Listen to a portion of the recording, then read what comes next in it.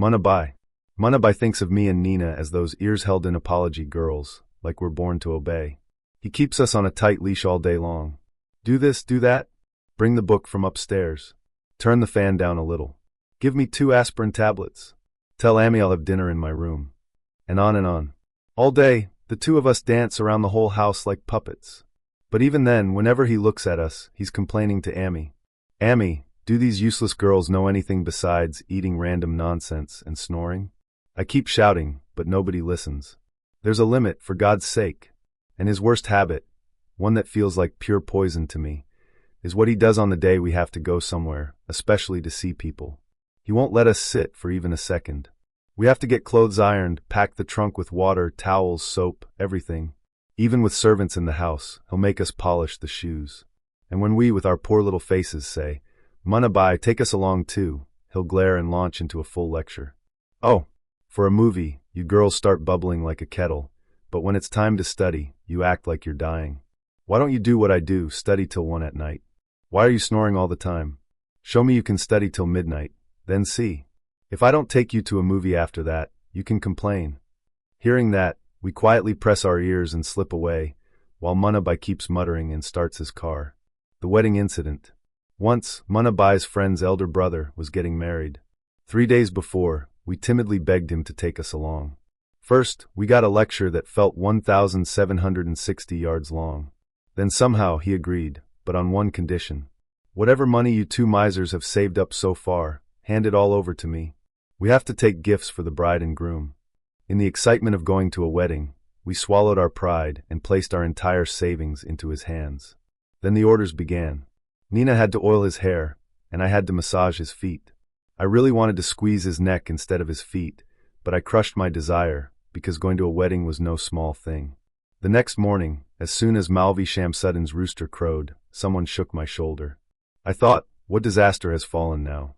I blinked, rubbed my eyes, and saw Munna Bhai standing there. What is it? I asked. Oh wow, listen to her, asking what it is, he snapped. Get up. Go make tea quickly. I've been studying since 2 o'clock, and my head is splitting. That made me furious. I shouted, go away. I'm not making anything. You woke me up for no reason this early. Fine. Don't make it, he said. But remember this, if you ever mention weddings again, I'll break every single tooth in your mouth. The whole situation flashed before my eyes. I jumped up and ran straight to the kitchen, because after all, I had to go to that wedding.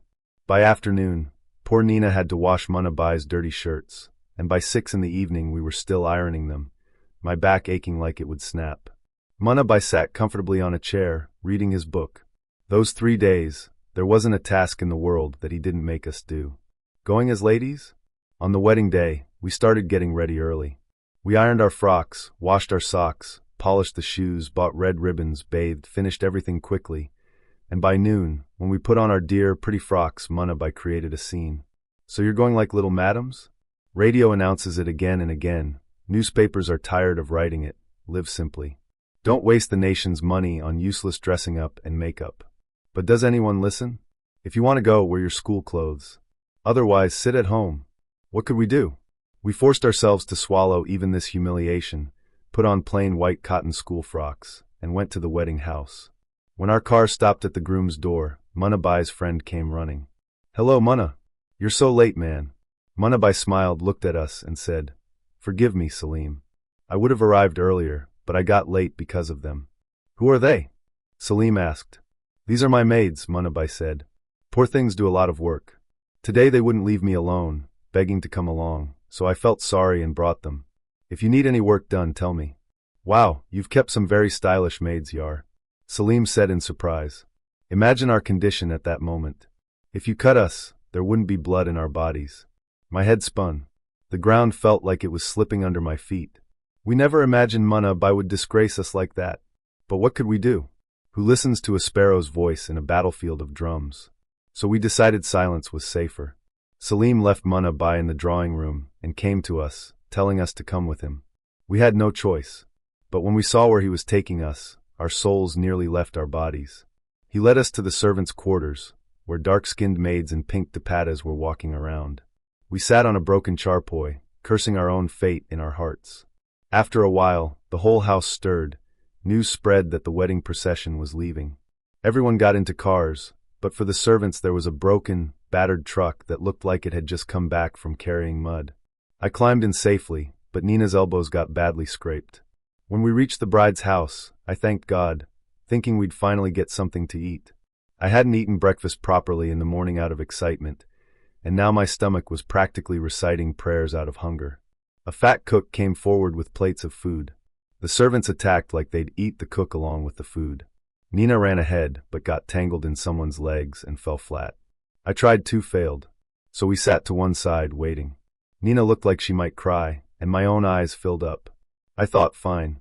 If we don't get food, at least let's see the bride. We went with a few maids to see her, when suddenly someone hugged me. I looked up, startled, and saw Shella's face. She screamed happily, "Hey, you! Where did you come from?" I stammered, that? Oh, I get it," she laughed.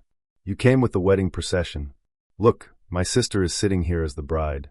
The three of us sat near the bride. Nina and I were starving. Our clothes looked like we'd just come back from wrestling in a dusty arena.